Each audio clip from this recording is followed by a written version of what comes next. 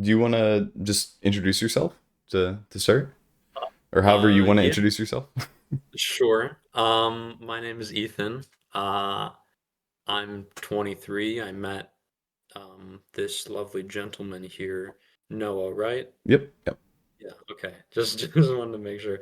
At the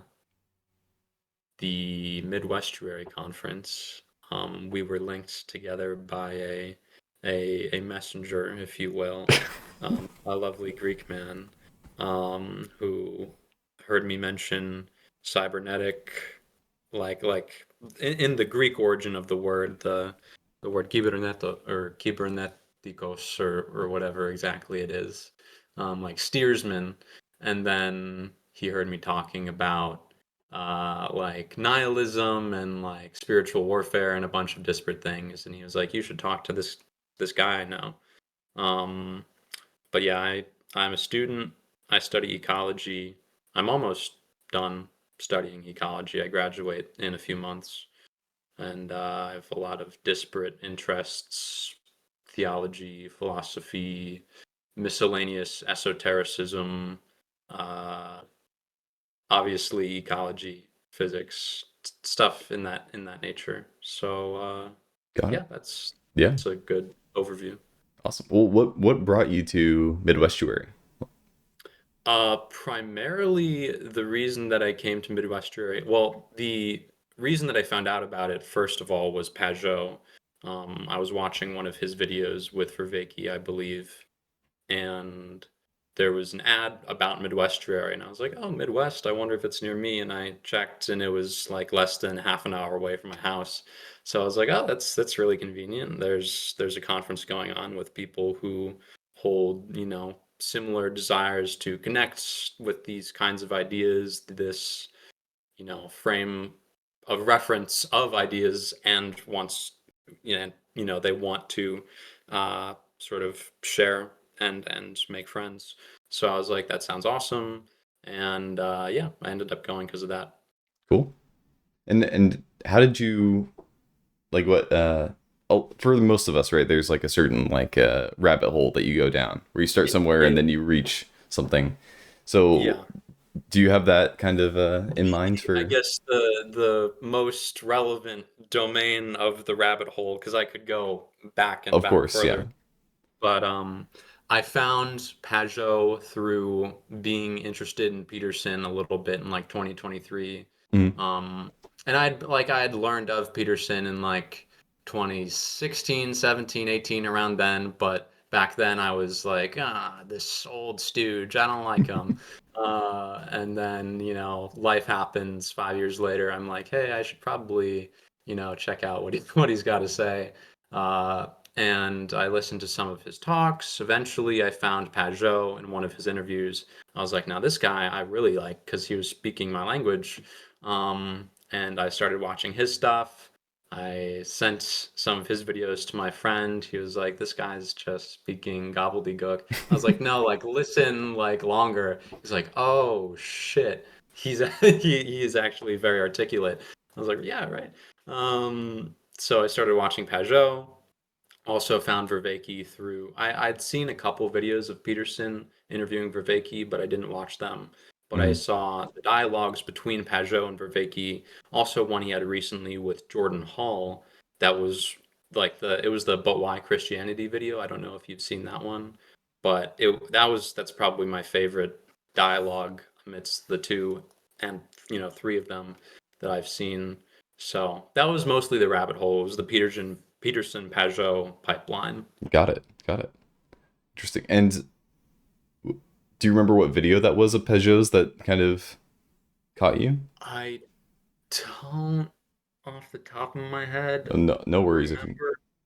Yeah, no, I it, don't it remember was a the while. particular one for myself as well, but I think the Santa Claus one was one of those that like Yeah, really caught me, yeah. caught my attention. I actually haven't seen that one yet, but Oh, it that's was a it was I think it might have been like one of his like ones where he touches on like topics in esoteric Christian Christian lore, something along those lines probably. Because I really liked like some of the earliest stuff I do remember watching was him talking about Enoch and like the errors of Gnosticism, stuff like that. That was what I liked because I was looking for someone who could articulate those sort of impulses and intuitions that I felt with why I had these kind of instinctual disagreements with some of those systems, but I didn't have the language for it at the time, and he provided a pretty useful framework in addition to all of his symbolic language with both him and Matthew that I really liked.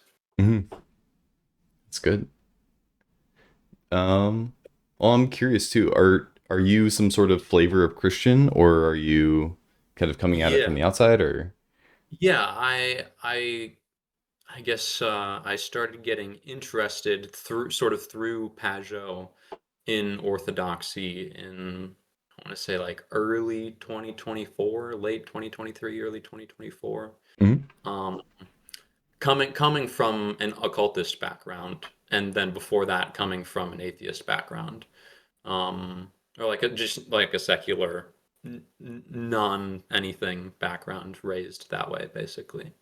Um, and so in March of this year, I was baptized Orthodox. Okay. Congratulations. Yeah, thank you. Uh, but yeah, I was in the time between I guess going to my first liturgy and being baptized was about nine months or so. Hmm. Yeah, yeah. Yeah. Well, how has that experience been for you? Like that's a pretty big shift Oh yeah. from Oh the outside at really? Yeah. least. Yeah. Yeah. I mean, from the inside, it was on the one hand a really big shift. At the same time, it sort of felt like the culmination of you know, the better part of a decade of spiritual and religious inquiry. Because when I was 15, when I was 15, I stopped being an atheist. Um, because of a series of synchronous circumstances and a really good teacher in high school. His name was Mr. Dangle, and I he taught a class on comparative religion, Hmm. and apparently for high school that's fairly rare. I came to learn it's one of like three classes in a public high school in like the state or something that offers something like that. So I stumbled into that. I just thought it sounded interesting, and I was like, I don't know anything about world religion. I should probably educate myself. And so we went to a bunch of places. We went to a Buddhist temple, a Sikh Gurdwara, a Hindu temple, a Mormon church, a Seventh Day Adventist church, an Orthodox church, a where is the, we went to a few other places, just I think like some random Protestant church, some I think a Jain temple as well. I don't remember every single place, but we went to, Wow. as many religious institutions and temples and places of worship that we could. A mosque, we went to a mosque. Just the whole gambit basically, and got a pretty good education, not only from all of those those field trips, but he was a very dynamic teacher. He would like kind of like how Verveke he was on stage, like how he'd Hmm. run across, use all of his hand motions. My teacher was a lot like that. He would get up on the desk and do lots of like show and tell, very very magician archetypey, animate kind of person, and just the energy that he had and the excitement for it made me first of all want to learn more. But he also sort of recommended that he'd actually been a Buddhist monk for 10 years Oh, before wow. becoming a high school teacher, like full on Theravadan Buddhist, orange robe, shaved head in the temple, Hmm. whole thing. And he's like, actually I'm going to become a high school teacher, which is a really cool path.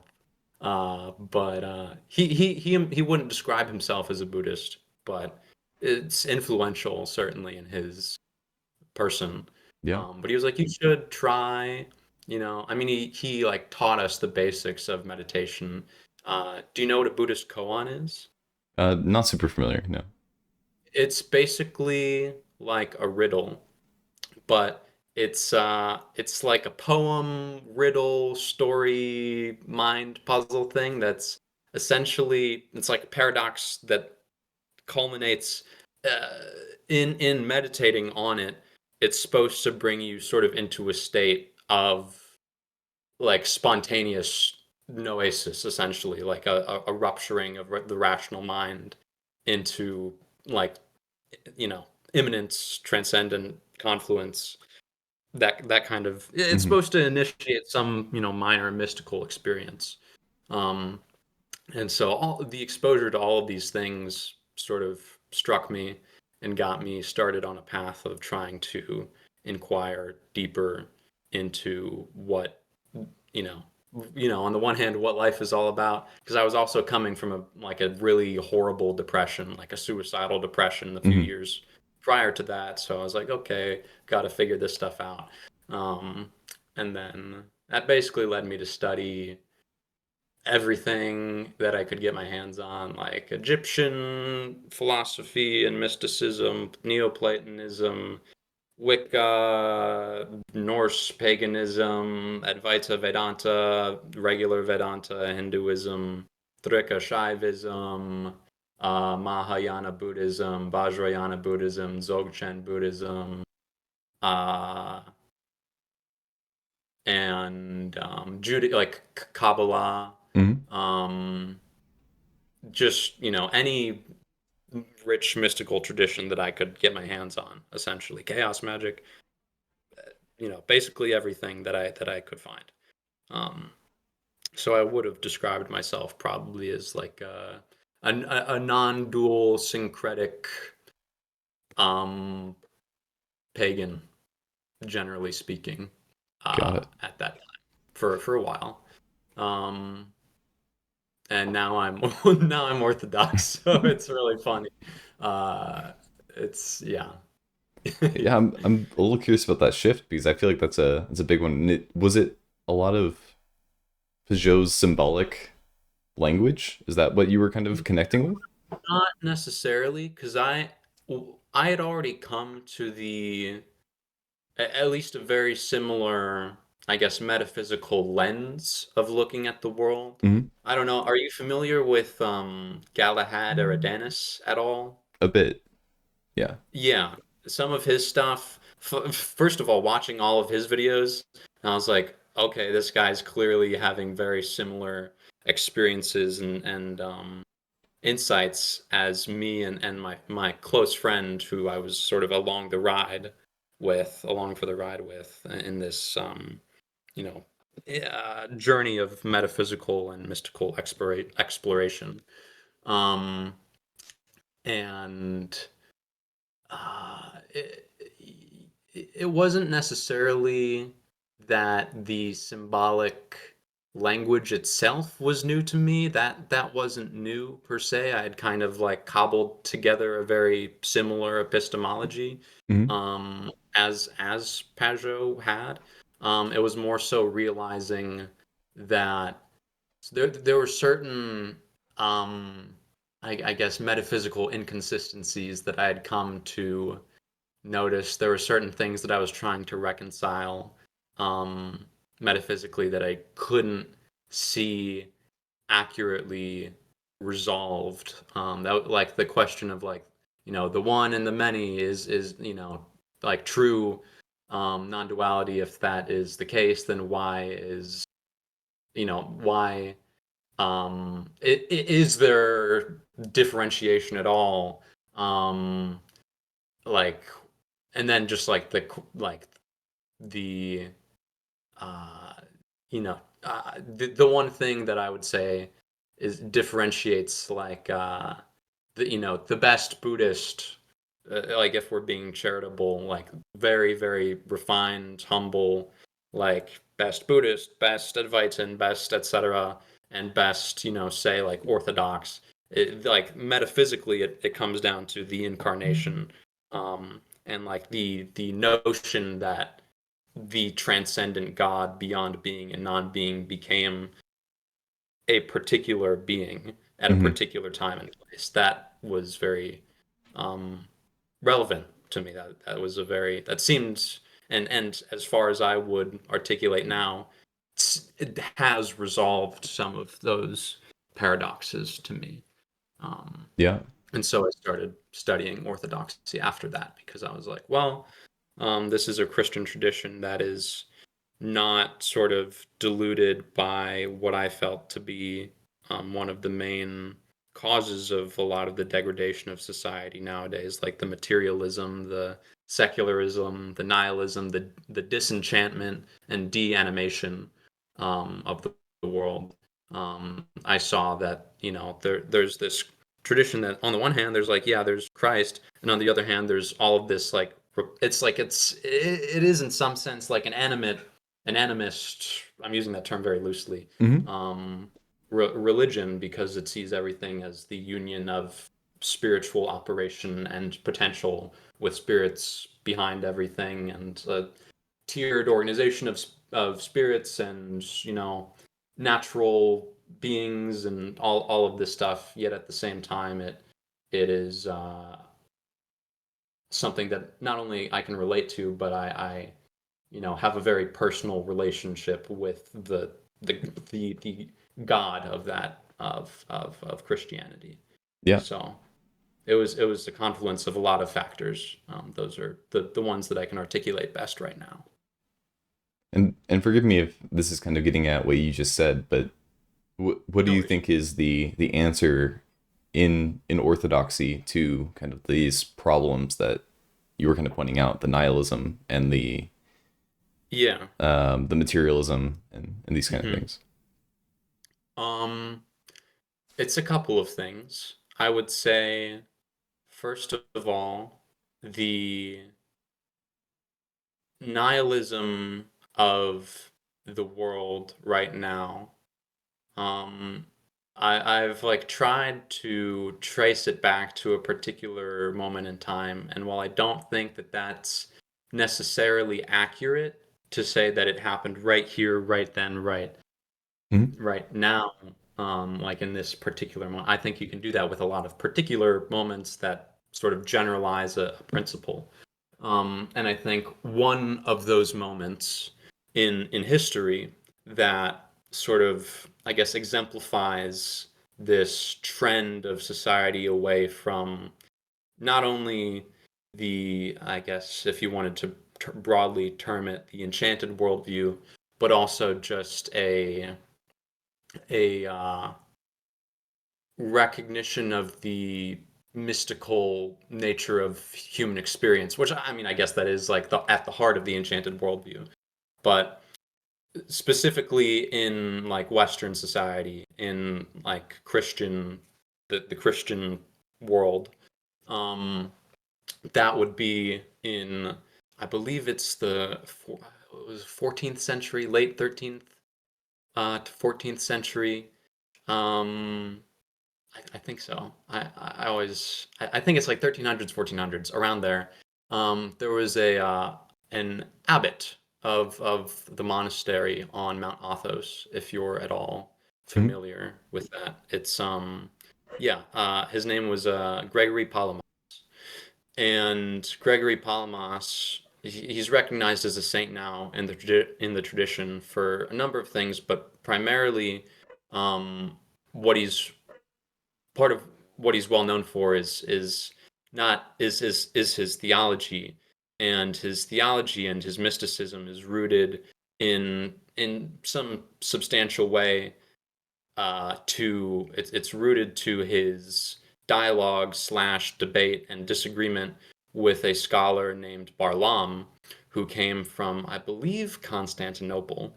But he was strongly influenced by like the Western tradition, by the Latin sort of Catholic perspective, and he was sort of what I would, if I could term it as such, like a proto Renaissance, proto Enlightenment kind of thinker, just in temperament, because when he went to Mount Athos and he sort of saw the monks at the monastery in prayer, these monks were describing an experience that they had where they said they were seeing the what we call the uncreated energies of God, which are like, the theophanic light, the disclosure of the ultimate being of God. Not the essence, which is in some sense completely unknowable because it's uncreated, it's beyond being. First and foremost, it's beyond existence itself. It's the font of all existence. Mhm. But the monks were claiming that they were experiencing I guess, the operation, the energetic disclosure and um, characteristic, the tangible personal qualities of God directly. And that really troubled Barlam because he didn't think that that was possible.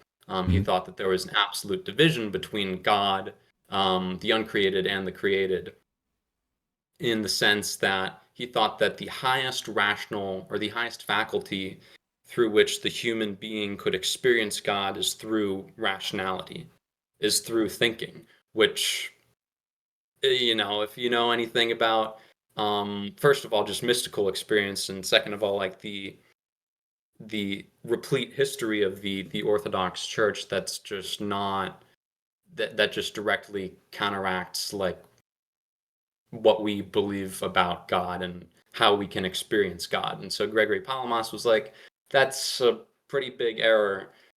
You can have direct experiences of the energies of God through prayer and all of this. He was like, no, you can't. There's a debate, and Palamas wrote a lot of his treatises, his theological treatises, defending this notion, defending the monks that he was the abbot of, in their experience of God and their mystical experiences. Mhm. Um, so that division that says you can experience, the rupturing of reality versus through like immediate personal experience, the opening of the heart, versus the highest way that you can know the transcendent is with your mind. That is kind of, as I see it, it kind of encapsulates the seed of how the world becomes. You yourself remove yourself from the world, and how Vervaeke was kind of describing it on stage, and that rational, I forget, he and I think and Elizabeth used some particular turns of phrase to describe that. Think Elizabeth said like the compartmentalized self, the something. Do you remember Oh what I'm talking yes. about? Oh gosh, I'm such a bad listener. You're good. The you're right. It's something like the compartmentalized self. It's we'll just go with it. There's a Sure. different word for it, but Yeah, it communicates the the general buffered idea. self. The buffered The self. buffered self, exactly. Yeah. Smart. The buffered self. I see that as kind of like one of many intellectual germs of this buffered self. Because if you're cutting yourself off from experiencing, you know, essentially divine revelation in some capacity at least, not saying that everyone will have, these ecstatic mystical experiences like these monks are having, but the sheer fact that that's how God can mediate himself to the world, that a worldview and a metaphysics that sort of allots for that and depends on that is necessarily going to have the human self and all of the communities of people nested in sort of this outpouring of life, because theologically the fact that like we can experience that means that in some sense we're related to that, like necessarily, and we can in some sense be incorporated into that and have that be um, a guiding, operative principle in our hearts in a very real way. That's not the most precise language to describe what I'm trying to articulate. It's the top of the pyramid, like the Pajot pyramid. It necessarily implicates that it's a whole structure, it's a nested structure that we all occupy. Um, and that's kind of what I see the church being, because the church is understood in Orthodox theology to be like the body of Christ, Christ being the Mhm. head, the church being the body, all of us being, shoots that are planted in the soil of the church. It's, all of these organic metaphors.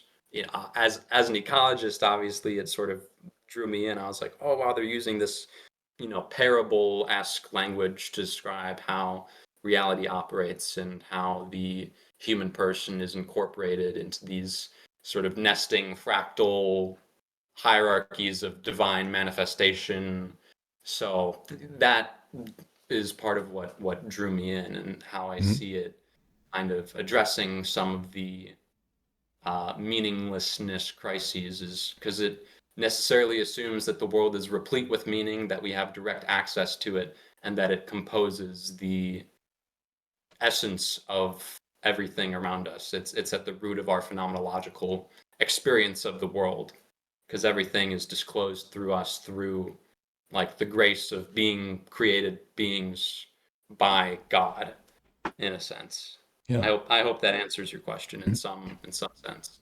No, yeah, that's good. The connection I made though, I think is interesting, is I'm from like a more Pentecostal background, and so there's Mhm. it's this interesting mix of what you're bringing in and talking about with Orthodoxy that kind of attracted you and kind of seemed to solve the riddle Mhm. that we're running into, where simultaneously in the place in the church I am, it's Mhm. it has some of that kind of ecstatic or spiritual experience, um, Yeah. but it's on the other end of tradition, right? There Yeah. is this like lack or cutting off of what came Mhm. before, um, Yeah. and there's also a lack of hierarchy, or hierarchy, maybe structure might be a better word. That there's Uh-huh. this unstructuredness to it, and Mhm. it's been interesting to see that there's been people like John Mark Comer who's had, I don't know if you're familiar with who he is, Mhm. um, but he's a, how would I put it? He's like an orthodoxy smuggler in a lot of ways. Uh-huh. Um, Sure. so he's a Protestant guy who is very interested in the saints and in kind of Mhm. traditional practices, and um, is trying to, from the outside, it looks like he's trying to make things cool so that people Mhm. will start doing them, and then they can at least get some of the benefits of actually having some more of that Yeah. structure. Yeah. And so it's been interesting to see kind of, I think what you represent is a lot of people who are kind of going back and they're like, okay, we need to go to the source, and then you have this other side that seems to be like, we I want to unify where we are and bring the orthodoxy to them almost. Mhm. Mhm. And so that's just been something. I don't know if you have any thoughts on that. That's just a connection I was making in as you were speaking and kind of talking Yeah. about that. Um, Let me think. I mean, my best friend who also he and I like met at a time. He was like involved sort of in the occult for a little bit longer than I had been, but he was raised Pentecostal. Mm, Um, like he was he'd go to like I think it's called IHOP, the International House of Prayer, like mm, those just sort of pop-up venues where they just do, the whole nine yards, the whole show. There's like people flopping around, there's tongues, there's everything everywhere.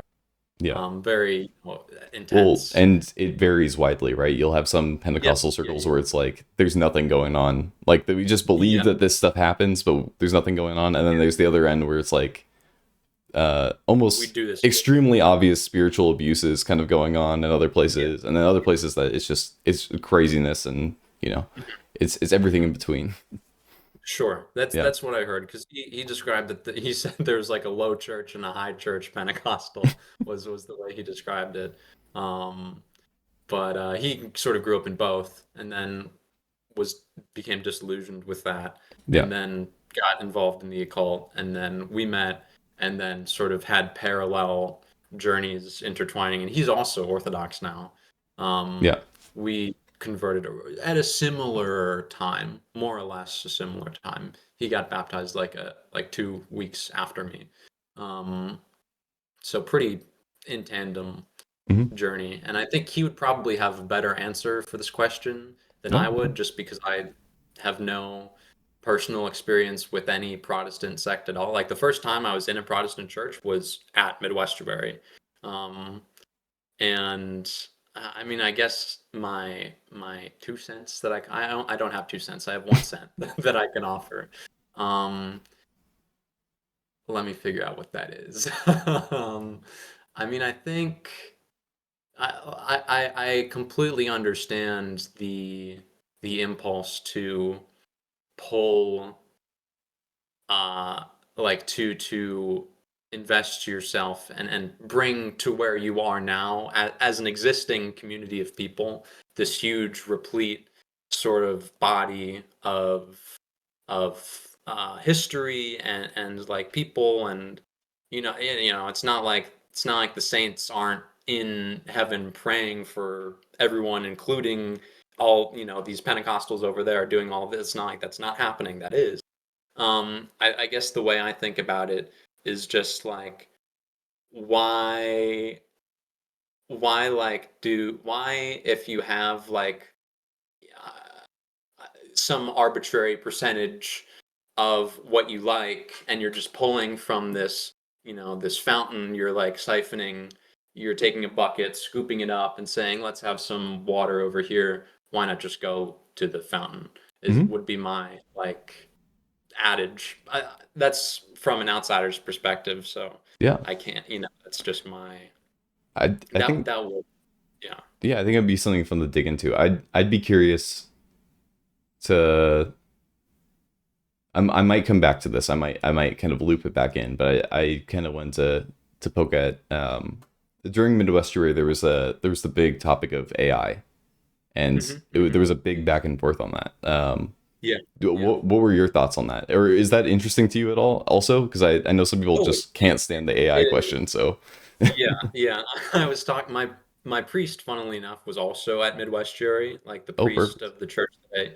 There's I live sort of south, like a few hours south of where Midwest Jury happened, and I go to a different church here. But when I was up there in I think it was in Elmhurst, Hmm. um, I visited a church in Burbridge when I'm like, because my family lives up there, my friends live up there, so I stay there occasionally. And the church I go to when I'm up there, the priest of that church was also at Midwestern, and he was like, "I can't stand the AI question. I don't care. It's not it's like just it just was not super interesting to him. Hmm. Um, he's not like rather. I guess perhaps you can assume he's not like a you should use AI all the time. He's not super into that necessarily. But I guess me personally, I found the discussion really interesting. Um, Let me actually, I've got my little notebook here. Let me see if I can rummage through some of the notes that I took on that AI section because I really enjoyed it. Um, let's see. Yeah, I mean, I think Vervaeke's assessment of, I forget whether it was Vervaeke that said this, Pajot or PVK, um, or is it Clay with a C or Clay with a K? Play with the K. Clay with a K. Okay. I think I forget. I think it was Vervaeke, but I think he was saying he said that like using AI is I guess maybe not like if you're just like, hey, can you list off these things for me and organize this in that way? I personally don't see that much of an issue with that. Um, I see how it can lead to you using it more habitually, in ways that would possibly be, denigrating to like how well we learn and how well we, seek information and stuff like that. I think that's all a very legitimate concern. Um, but like using AI for any kind of like schoolwork assignment, it's just like completely defeats the point. And using it for any kind of like treating it like a person at all, I think is a really terrible idea for your mental health. Um, you just have to treat it like an advanced search engine. Not obviously it will provide you false information sometimes because it's an LLM. It's not just accessing information written by people, but um, generally, I think his assessment for the people that are interested in speaking to it as an agent at all. I mean, I think that in itself is a symptom of a larger issue, which is that they don't have people to talk to. Um, but especially, I guess, relating to the particular problem of people interacting with it as an agent. Um, I think I'm just going to read my note here. He said, using AI threatens the ceding of agency to an amoral, quote, being, separating agency from morality, which is very bad. So I think when you have this sort of quasi agent, because you said you treat it like an agent sometimes, which you do, I think to a degree. I think different people do that to varying degrees. Mm. Um, but if you're treating it as an agent, at the same time, it's not a moral agent. So that kind of cementing that um, the sort of wobbliness of not having morality associated with something you engage with as if you're engaged with a person, that's just developmentally not good for people, I think. Yeah. Um, and I can see it being sort of like one step further of like if you don't have a child that interacts with animals, they're not going to learn empathy correctly. If you don't have a child that interacts with like, nature and you know, different strata of ages and all of this stuff, they're not going to develop to the fullest extent that they could. Their breadth of relating to people in general, and animals obviously, because that allows them to understand pain, pleasure, not how to not impose your will on something living in a way that's deleterious to it. Um, but this is sort of one step up of actively malforming the way you interact, like at a base level with things that act, whether they are agents or not, as one at all, sort of like young people interacting with these kinds of things. I'm completely against that. Just flat out, like I don't think Mm. you should be under strict supervision. And here's the thing, like I wouldn't try. I don't even trust a lot of adults to do it now. I hardly even trust myself to do it. I try and use it as little as I can. Um, just because it has that potential. Like it can be contagious. It's a rotten fruit at the end of the day. Um, Yeah. because I was asking my priest about it, he was like, and Pajot and Vervaeke and everyone were talking about this on stage, but like a healthy society would just have people and like a really advanced search, like artificial query system. You wouldn't need this thing that can act as a person that's not a person. The fact that exists at all is symptomatic of a problem that's prior to the invention of the technology at all. Mm. Um, those are my two thoughts, my Yeah. 2 cents. There's a couple things there. I think one thing that's kind of what Vicky was getting at too with the whole idea of because I think he brought up that whole agency bit Mm. uh, because he was trying to make the point that it was unavoidable to treat it as an agent. That Mhm. if you try not to treat it as an agent, you are dehumanizing it. You are objectifying it, Mhm. even though it is an object. But you're treating something that your brain thinks is an agent as an object, and that's the problem Yes. too. Yes. Yes. Yeah. Exactly. Um, yeah. The other thing that came to my mind that really frustrated me about that whole I was actually fuming the entire time, but that was part of it. Um, was because the the word wisdom was not brought up the entire conversation except for at one point to talk about whether or not LLMs can be wise. But Mhm. I don't think that's the right question. Is the question should be, uh, can we use LLMs wisely? Sure. And what does Yeah. wisdom look like in using an Uh-huh. LLM? If you're going to use it, then like you Mhm. know, Mhm. um, and It's a great so question. that was a bit of my frustration. So with Vervaeke, his response was basically don't use it. It's too Mhm. dangerous to touch, and that's Mhm. kind of this more PVK was pointing to a fundamentalist strain, like in Vervaeke, in doing that. You could use whatever words you want. You could say it's conservative. You could say it's traditionalist. But there's a certain level of like the fear of the new. Hmm. Um, Hmm. it's almost an Amish kind of position Yeah. too, where it's Yeah. like we don't know enough, or it's too dangerous right now Hmm. to even kind of touch. So we're gonna Yeah. let everybody else test it, and then we'll stand back and Yeah. find out if everybody Yeah. is harmed by this. Hmm. Yeah. Yeah. I mean, I think that's a good approach when it comes to a lot. It's like your friend Joe over there wants to eat a plant. I don't know if it's poisonous. Hey, Joe, you gonna eat that? Yeah, I'll eat it. It's like, okay, I'll watch you eat it and I'll see what happens. I don't think that's a bad idea, especially with something as intense as this. Like, I'm not gonna knock anyone. I just don't want to touch it. Like, good for like, I'm not gonna like shame that person or be like, oh, you're a luddite, too conservative. You should embrace this new technology without question. Mhm. Let it advance at a rapid pace until it's totalizing your experience of your everyday life.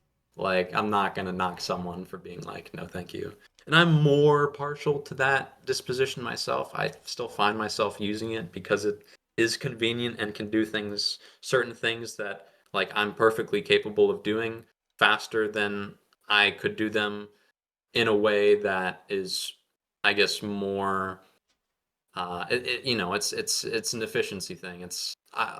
Like at the same time, I don't want that to end up causing me to like lose certain muscles that I had built up. So I'm very cautious about how often I use it, when I use it, for what I use it.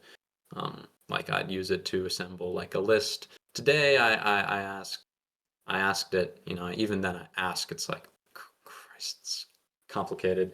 But like I asked it to make a list of shopping, like a shopping list basically for a certain diet plan that I have. Um, that I don't necessarily see anything wrong with, but at the same time, if someone's just like, I don't want to do that because I like making my shopping list. It's like, okay, awesome. Please keep making your shopping list. Mhm. So I don't know. Well, before I kind of steer us away from this, I one thing Sure. with the LLMs, like I think I side with Viveki in some ways, but the again I'm on the side of like I think we should learn how to use things wisely. So Yes. I didn't get Yes. a chance to share it with him because I feel like he was probably bombarded with people saying like, no, this is how you should use an LLM, or they're not actually that bad, or Yeah. um, Yeah. but in my case, and I think this has been helpful, is that it's a thing to help you with the unknown unknowns. Where Hmm. I'm working on a project, and there's a problem in front of me, and I don't know Hmm. how to. I can't Google search it. I can't Google search the Yeah. answer to that question. But what I can do is I can tell an LLM. An LLM can point me to a series of answers that I then can Google. Hmm. It's like Yeah. it allows me to produce the questions I need to break through that Hmm. step. Um, Hmm. in a sense, it's like a meta search engine at that point. Like it's one Yeah. layer Yeah. abstracted. Yeah. Yeah. Yeah. Yeah. Yeah. That makes sense. Um, there's a of all of the different dispositions of like the little mini temperaments inside of me, there's like one schizophrenic in the corner that, are you letting it instruct your thought patterns of what you should think? Like that's my, Mhm. obviously, I am not necessarily saying that to you. I'm just saying it like if I were doing that, like I just wanted to do my shopping list, but like I'm not knocking you for doing that. No, yeah. That it's practical, and I'd probably do it myself if I was in your position, if I were in your position. Um, but yeah, that is like that's again why I lean more towards the, I guess, Luddite-esque. And I was like growing up when I was on like political Instagram extremism as a 15-year-old, like, and anarcho primitivist, I was like, "Fuck this technology stuff." stop the acceleration. So that I could just be inheriting that temperament as well. No, Uh, yeah. I, Well, I am. and this, I kind of wanted to take us back a little bit. Like, and the reason I brought this up was to kind of bring out this kind of temperament kind of difference. Yeah, So I think like yeah, the orthodox tendency tends to be that. It tends to be the refrain, step back. yeah. Um Hmm. uh and forgive me, I don't mean to be I don't mean for this to sound bad, but I can see how this could be. But it's like You're let's not go as for let's go yourself, back to the let's go mince back to the way words. things were. Orthodoxy. Like let's go Yeah, back yeah, yeah. to the tradition. Like modernity was a mistake. Like let's go back. Mhm. Um Sure. and the other side, this idea of like trying to bring those things up, or up Hmm. is a bad way, but bring it like to where we are is Hmm. a sense of it's the meta modern move is the idea. Hmm. It's the reintegration. Um, Yeah. how can we redeem what is here? Can it be redeemed? And how can we redeem it? And Hmm. at least that's the move. I don't know if that's again. I don't know if that's the right way to go, but I think that's Yeah. the heart behind it. Yeah. Is the Yeah. attempt. I mean, my thinking, I because here's the thing, like it's not like orthodoxy doesn't change. It's No, not yeah. like it's not, it's not like we're static. Right after the last epistle was authored in 325 AD, or I think it was 325 AD, early 300s when we're done. Things evolved. There were more like theologically, things didn't even settle until like the late seventh or eighth century. There was hundreds and hundreds of years of intense, rigorous uh, theological debate about the most fundamental things in the faith, Hmm. like the nature of Christ's incarnation, um, you know, all of these things that kept coming up. Um, so, in some sense, I would say that there is this movement, like in the temperament of Orthodox, at least that I've observed thus far, that I have experience with, as someone who's only been Orthodox for like 6 months. So my opinion on this is very, uh, it is nascent, and I'm certainly not speaking on behalf of the church in any capacity. I'm just trying to articulate what I've noticed, Hmm. and what I generally assume, you know, perhaps naively to be the position.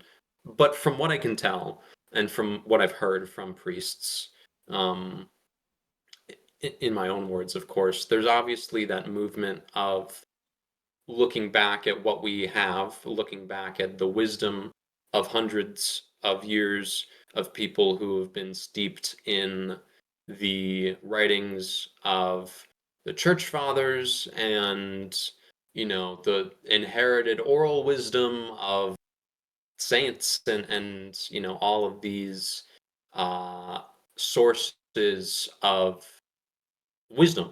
Hmm. And at the same time, there are things that the church just doesn't have an opinion about necessarily. Like, I don't Yeah. think the church has a opinion about AI right now, Hmm. partially because it's so new, and we don't say this is, obviously we're not just going to say we have an opinion on this right now, this new thing. Obviously, in some circumstances, that the opinion might just be, please refer back to when this was a problem 700 years ago. We discussed it back then. This is just a version of that now. But at the same time, there's also, it's not like it doesn't evolve. Like first of like in America, the Orthodox Church is still very nascent.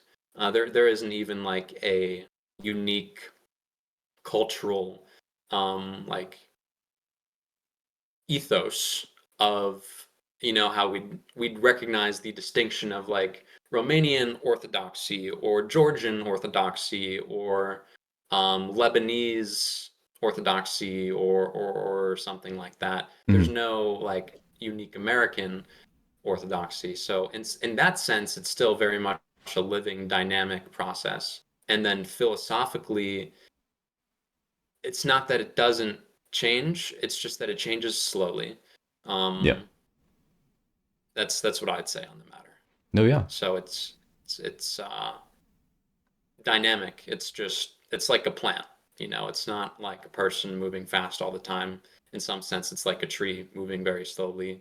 The leaves will like shift if the sun is this way. If the sun is saying, the light is coming from, the leaves will shift and look a little bit that way. But at the end of the day, the trunk is in a particular place, but the boughs move where they may, where they are needed. Yeah. Well, and I want to make sure that's very clear that I have nothing but respect for the Orthodox, because I think that there is Oh, I want to make sure that that's super clear. I'm not trying to project an No, adversarial no, no. position. That's I just want to that's make sure that for yeah, for posterity. Um, sure, sure. but the way I've seen it has been is the Protestant tends to be on the like that framework, evangelical Baptist or whatever, tends to be kind of on the front lines of, at least in America, in my experience, has been on the front lines of like whatever culture thing. And Mhm. oftentimes that leads to really messy experiments that go horribly Sure. wrong.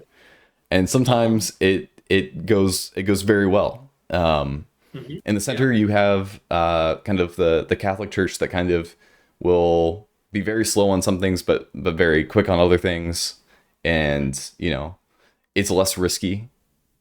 Mhm. But at the same time, it still makes some moves that are like, I don't know why you did that.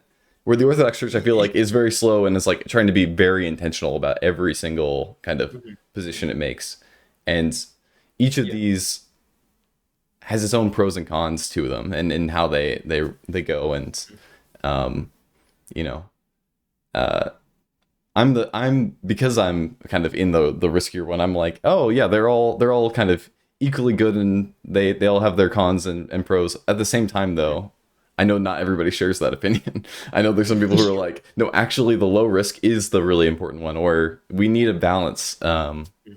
So I also don't want to put that on anybody else as well. Like that's very much my theology working out in the way Sure. I see this. But Yeah. I mean, it's stuff I don't have the the answers to these questions necessarily.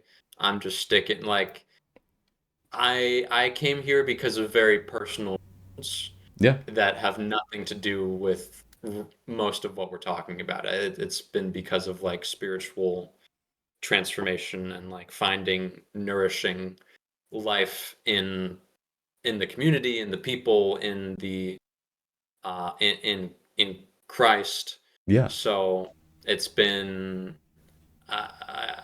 I guess I'll leave these issues in some sense. I leave like I can only weigh in so much. It's like I'm just trying like I'm trying to just focus on like praying every day. Like that's hard yeah, for me. So I'm gonna leave these heady intense cultural discussions to priests who have like my priest, he grew up Protestant. yeah, Now he's Orthodox and he's an Orthodox priest. Uh, he can answer for instead of me 100 out of 100 times on these questions.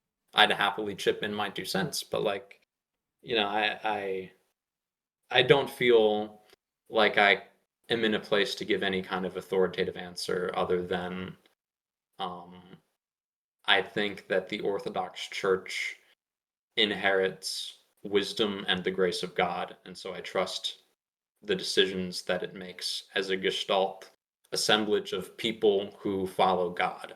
yeah, Um, Not to say that there aren't bad apples or anything. That's not what I mean by the statement. I'm not saying it that people can't make mistakes. I just trust um, the intuition of the spirit guiding it. hmm. We can say. Well, and I think your response is exactly like what I really admire about the Orthodox Church, is that there is this kind of trust of wisdom, uh, trust in the grace of God, um, these kind of things, right? That there's this very much this attitude of, like, we're gonna do our own thing and we don't really worry about about what other people have to say about it. Like we're doing the thing that we've always done, and we're gonna trust God is going to bless it, Hmm. because this is our tradition, Yeah.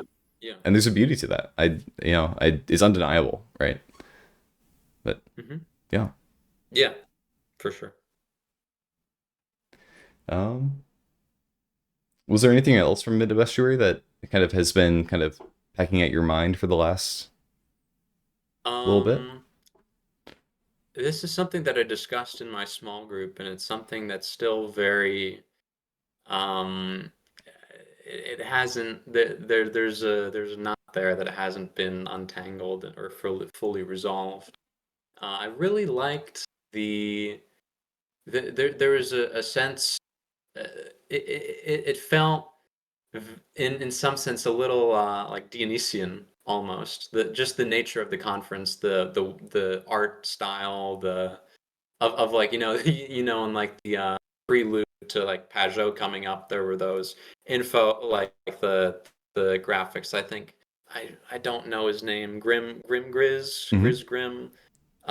He like made, I think it was him that made those graphics, like the very psychedelic, trippy, like triple Pajot, like just all of those superimpositions of mandalas, the machinery and the poetry. I really like that. Like I when I was sort of still in my semi-secular atheist um era, my atheist arc, if you would. I have a love-hate relationship with this kind of language. But it's the language of my generation, so I'll stick with it. When I was in my atheist, political, politically extreme, depressed, anarchist arc, I read a lot of zines. And the sort of, I think I might actually have one that is relevant to like this kind of like Hmm. art style, this like clip art, sort of smashed together all of these like texts and these art styles of the hypnotic, multifaceted, symbolic web nesting. I love that. Like that's some like just seeing that in a space of so many people was really, in some sense, reassuring because it shows that there's like a spirit of genuine. At least when I see that, I usually know there's people who are genuinely creative, uh, fun to talk to. Um, in some sense, like there's always a degree of like humility in an actually good artist that is palpable. Like Grimgriz, he just seemed like a good guy. And he's making all this really cool art. And just seeing all of that and all of the minds come together, it was just very refreshing. It's not like I guess an intellectual reflection on the content of the conference, but more so the character that I noticed. It was very, very um, exciting, and I see art in some sense.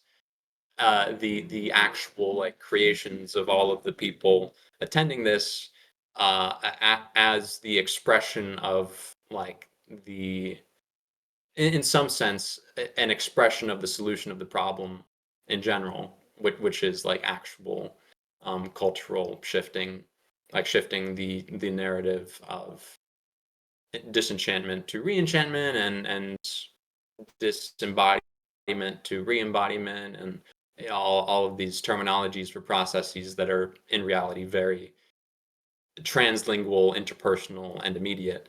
I see art as like one of the as the medium through which that happens. So I Yeah, really enjoyed that part of the conference for sure. definitely. I think that's one thing I'd like to see more of is kind of taking a lot of these ideas and applying them into artistic spaces and trying to find, Hmm. what expression does that take. Um, Yeah, because I don't see any, I don't see a lot of this often expressed in like movies or television Hmm. or anything like that. Um, Hmm. and I'd be interested to Yeah. see like what a good story Hmm. like out of this Yeah, would like look like. a symbolically trained. That's part of the reason I really like Rod Dreher's talk. So glad to see just a well done film review from this perspective. Hmm. Because like, what is it? Tarkovsky? Is that Hmm. the director? Andrei Tarkovsky? Yep. I think. Um, he like that. I'm gonna watch that movie now because of how well he did that film review. Just that kind of authentic artistic spirit um, is I mean, obviously it's lacking in culture right now. People are consuming slop en masse because we're being fed slop by slop making slot machines. So we have to stop eating the slop and start uh, making good stuff again. And I think places like these should be engines for that kind of thing. Not only in like immediate interpersonal community spaces, but obviously in hybrid personal and digital spaces, Hmm. because we exist in a world where we have to use this technology to meet each other and like talk to each other, and stuff like what we're doing right now. Yeah. Um, but at the same time, like that conference, I don't know if you saw there were a couple guys that busted out like the guitar and the banjo. Hmm. Did you see that outside during Yeah, lunch? a little bit. I walked by them. Yeah. Yeah. That kind of stuff. There's just needs to be more of that everywhere all the time. Um, like more agoras, more public spaces, more places where people just have the stuff out in the open all the time. I think finding ways to create that will further spread the like mycelial rhizome substrate of intellectual and emotional interpersonal change that this kind of thing begets and necessitates. So Yeah. yeah, those are my thoughts on that. On the subject of art, I'm curious to know. I, I think Ups, who introduced us, he had mentioned something about maybe video games. Did you play video games, or am I Uh, misremembering something? yeah, Okay. yeah, I do. Okay. Not very much right now, but in the past, I mean, I grew up completely. I mean, my dad played World of Warcraft from when it came out for like 11 years. And as a kid, I was like growing up looking over his shoulder, like watching him like kill the Lich King and awesome. I was in my room playing PS3. I played Ratchet and Clank. I played Little Big Planet 1 and 2. I played MotorStorm, Pacific Rim. Eventually through that Little Big Planet game. Are you familiar with that game? I've seen clips of it, and I'm relatively culturally familiar. Not specifically with the game, but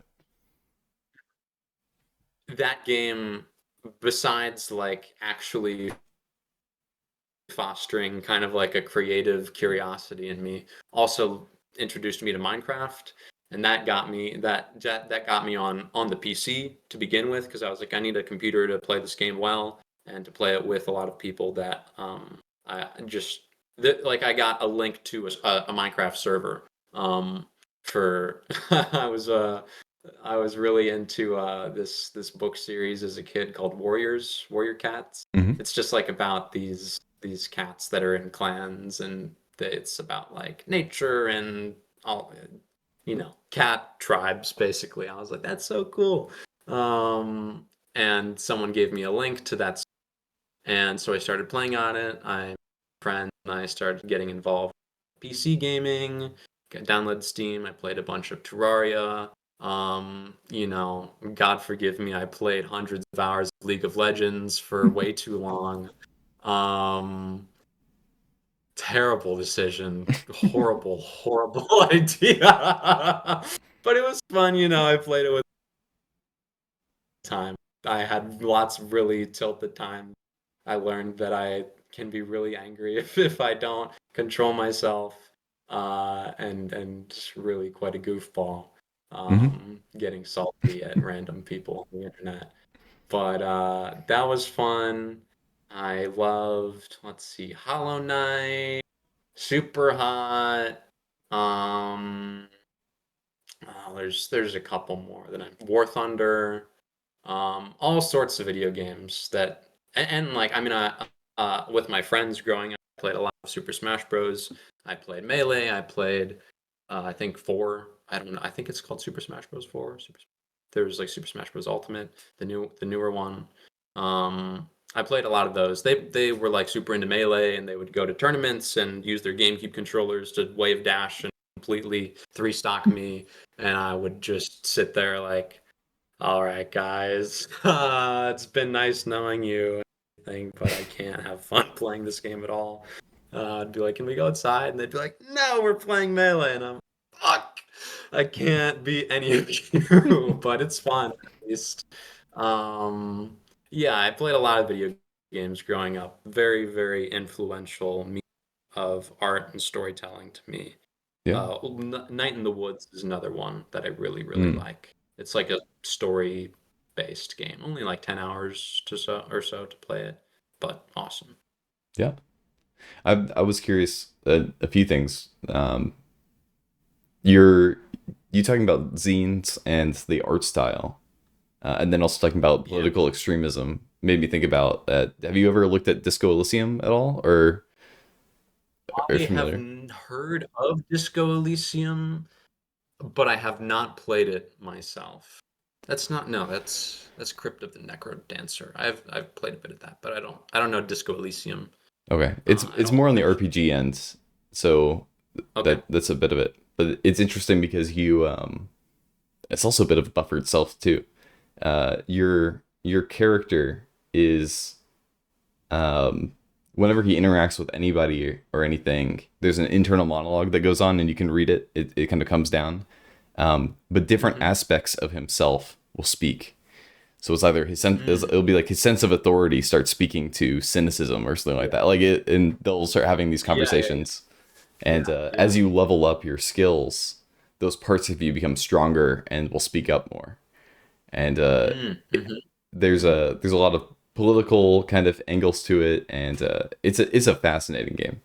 But it made me kind of want to That ask. makes me want to play. Just that alone makes me want to play it. That It's sounds like a really interesting element it's to the game. there's like no combat like in the entire thing. Like maybe like one scene of combat or two scenes, but it's all dialogue and it's all like interaction. It's on like the point and click side of RPGs. Like Mhm.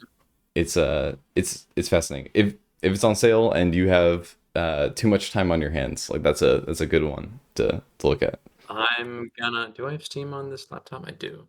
I'm gonna put it on my wish list right now. Disco Elysium, the final cut. Yeah. Okay. Do you need like a really good computer to run No, it, or? Okay. it's pretty easy to run. Okay, cool.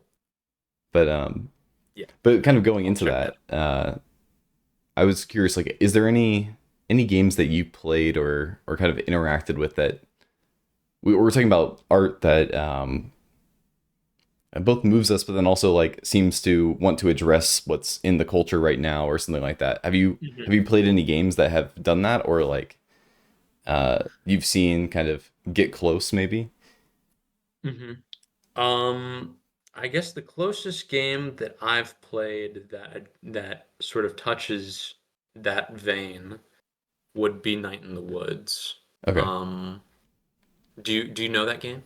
Night in the Woods. I might be wrong. I'm thinking about like 2D animals on Mhm. Halloween. Yep. Okay, Yes. Yes. I've heard a lot of good things, but I don't know what's great about it.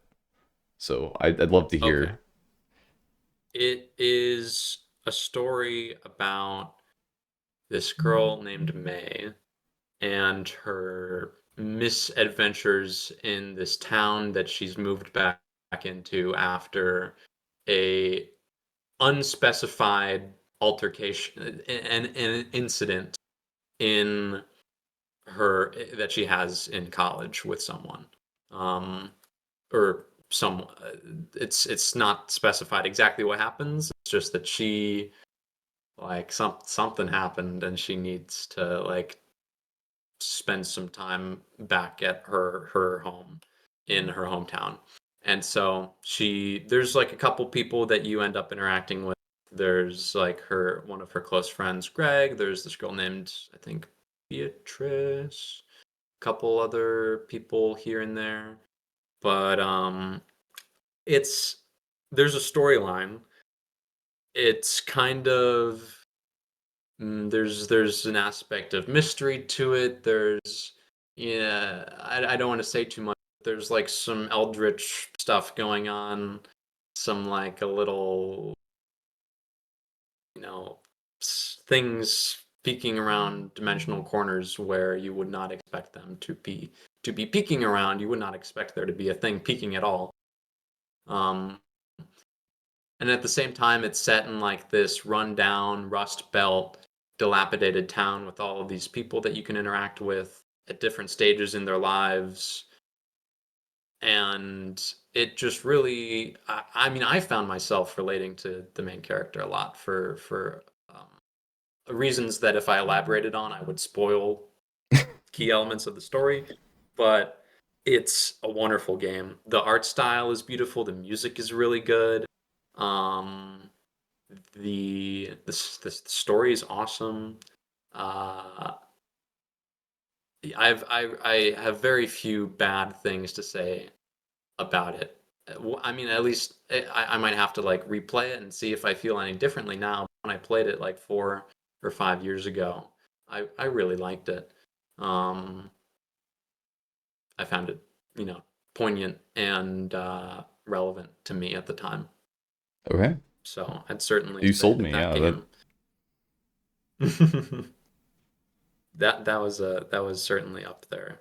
I'm just looking through my Steam library right now to see if there's anything else that fits that description. I didn't play too many like narrative or story based games or I anything. mean, you Um, could answer with a multiplayer game that you feel like does that too, but those might be fewer yeah, and further between, but yeah. I haven't encountered. I mean, the multiplayer games that have been most influential to me, like Terraria, um, Risk of Rain 2, um, stuff like that. I never played many like first person shooters or anything. That wasn't necessarily my speed. Um, it was mostly like multiplayer open world sandboxes that you could play with your friends and things in a similar, I suppose. mhm. Um, Subnautica, that's single player, but that one was also really fun. Um, yeah, yeah, but that game is probably the most relevant to the question that you're asking, Okay, for sure. that's good. I don't know if I have any more questions. It Mhm. kind of rolling around. Do you have any things that are rolling around your mind or questions that you're thinking Yeah, I about? mean, I guess what got you into doing this kind of like dialogue format? Um, because I like took a peek through your channel, and I saw like you've done some like gameplay, like discussion overlaid overlaid onto games, but I am not too familiar. Like I didn't watch very much. I Mhm. watched like a little bit here and there, but I didn't watch very much. So I'm just curious of like your journey and like what got you to where you are with you interviewing me and having this kind of conversation right now. Yeah. Um, oh, where to start? Well, so there's kind of a few styles that I've kind of settled in. Hmm. Um, I started out a couple of years back doing a project where I decided I was going to try to make a video every week for a year, Hmm. and then just kind of sticking Hmm. with it, and that's what I've been Hmm. I've been doing. Um, and so the gameplay videos with me talking over them, that's very much inspired by Call of Duty commentary videos from back in the day. I don't know how familiar you are with Yeah. those type of Oh yeah. videos. Oh yeah. I Um, mean, I watched like Leafy and stuff. That was he didn't do. I don't think he did like a lot of Call of Duty, but like that kind of but that style, yeah, commentary. is a whole Yeah, genre in I itself. yeah. Yeah. Specifically like Jay Schlatt's Weekly Slap. Like that was kind of Mm, what influenced me the most. Um, just seeing his the he portrays a character that's very different than the person that comes across in those videos, and I was like, oh, this is like mhm, fascinating. Like this is like sincere, like extremely sincere.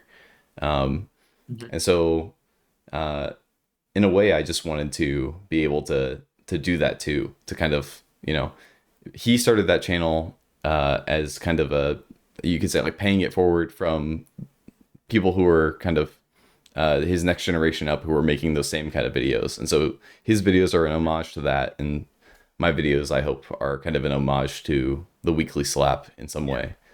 Even though Yeah. he's basically my age anyway, so it's kind of weird, but Sure. um, so yeah, there's a bit of that, and then all the conversation videos are very much inspired by, yeah, this little corner, Paul Vanderklay, Hmm. talking to Hmm. people.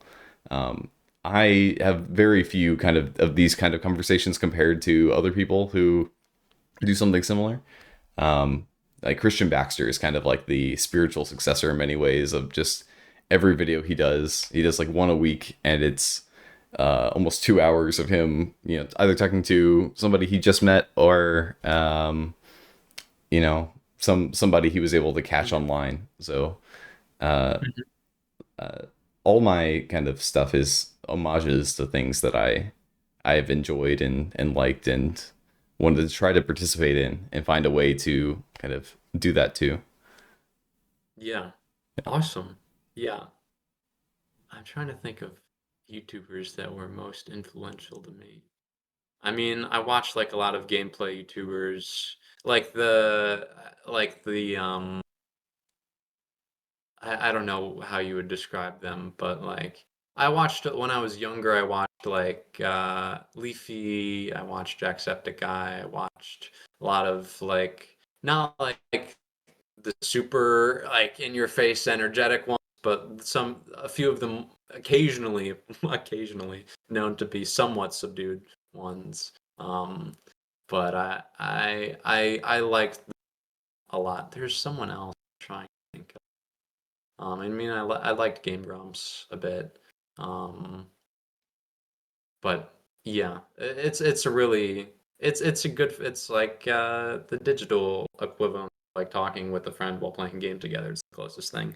Mhm. Um, so I think it's cool, and just the musing the game as a medium for musing. It's like in some sense, it's like I mean, this is just my old occultism bleeding through. It's like a scrying implement. It's like a crystal ball that you're just like entering a trance into while you talk about things, whatever. But Yeah. yeah. Well, very much.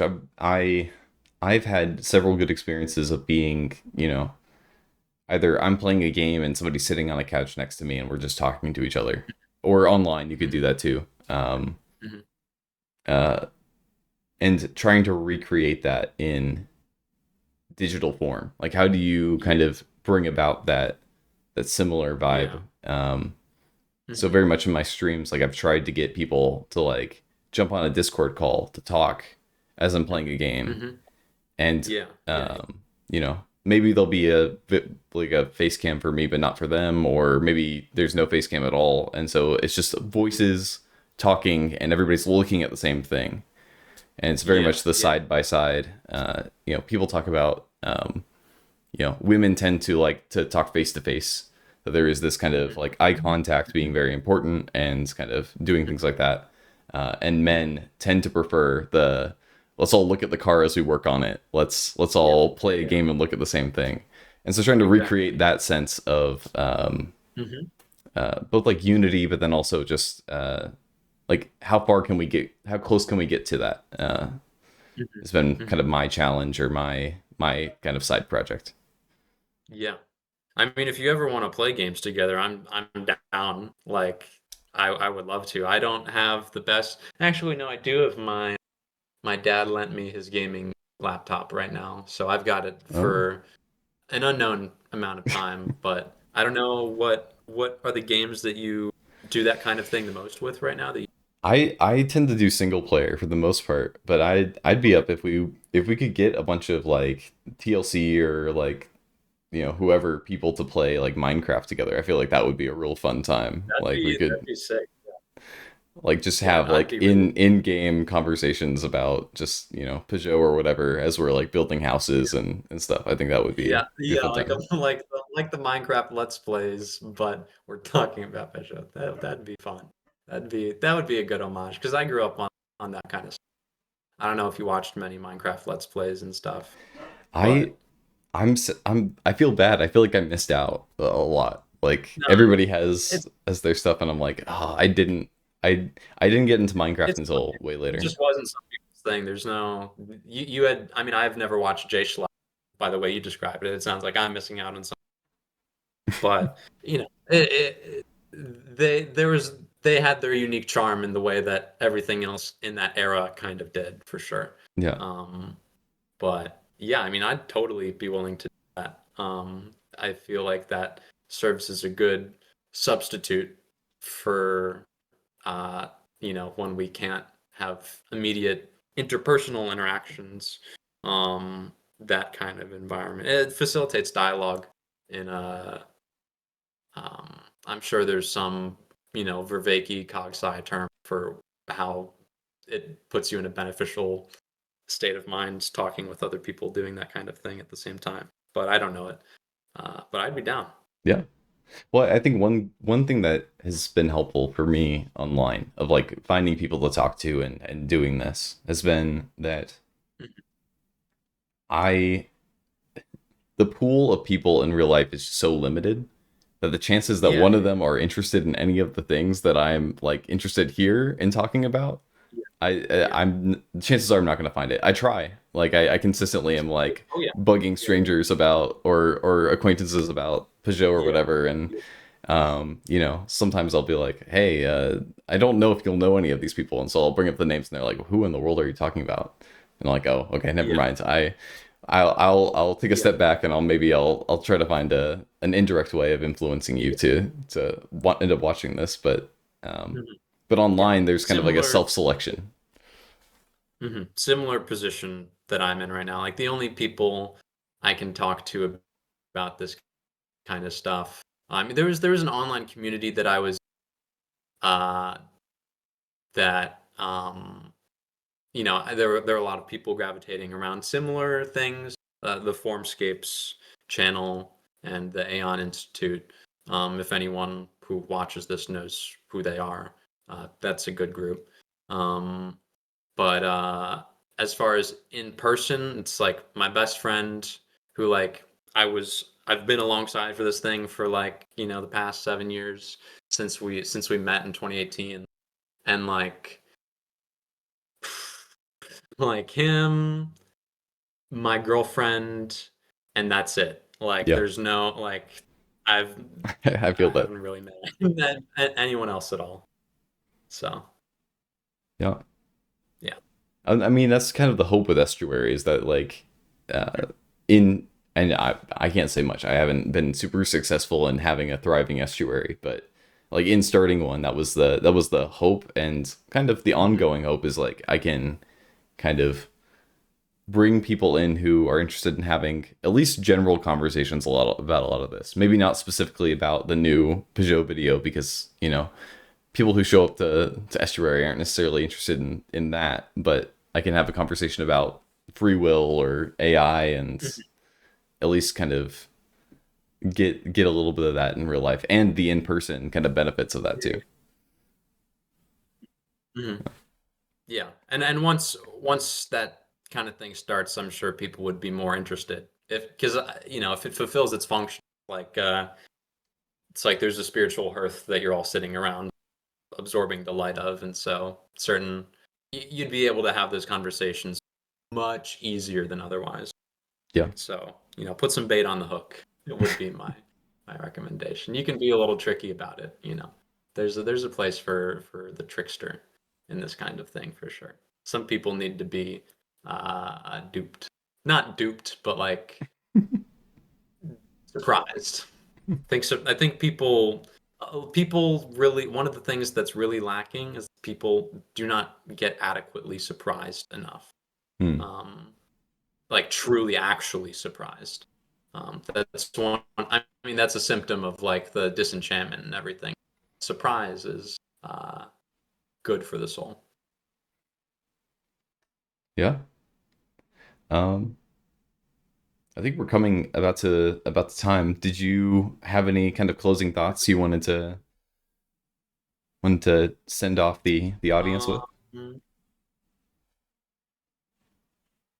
me see. Are there any closing thoughts?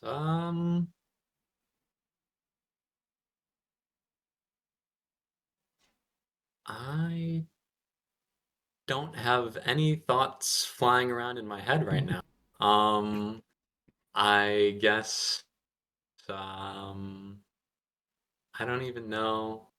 I don't even know to what extent of like I don't know if it's just like you and like five other people who watch. I think you have like people who are watching your channel, right? Like a few hundred, something like thousand, something like that. Yeah, okay. I have a lot of subscribers, but they all came for through some Fallout videos I made like almost 2 years ago now, and so there's a lot of like people who Okay. are subscribed who don't watch any of my videos. So it might end Yeah, up yeah. being like it could be 100-ish, Hmm. maybe.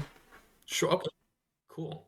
Um, follow the intuition of this glimmering spirit in the corner of your mind that says go this way. There's because they're around here.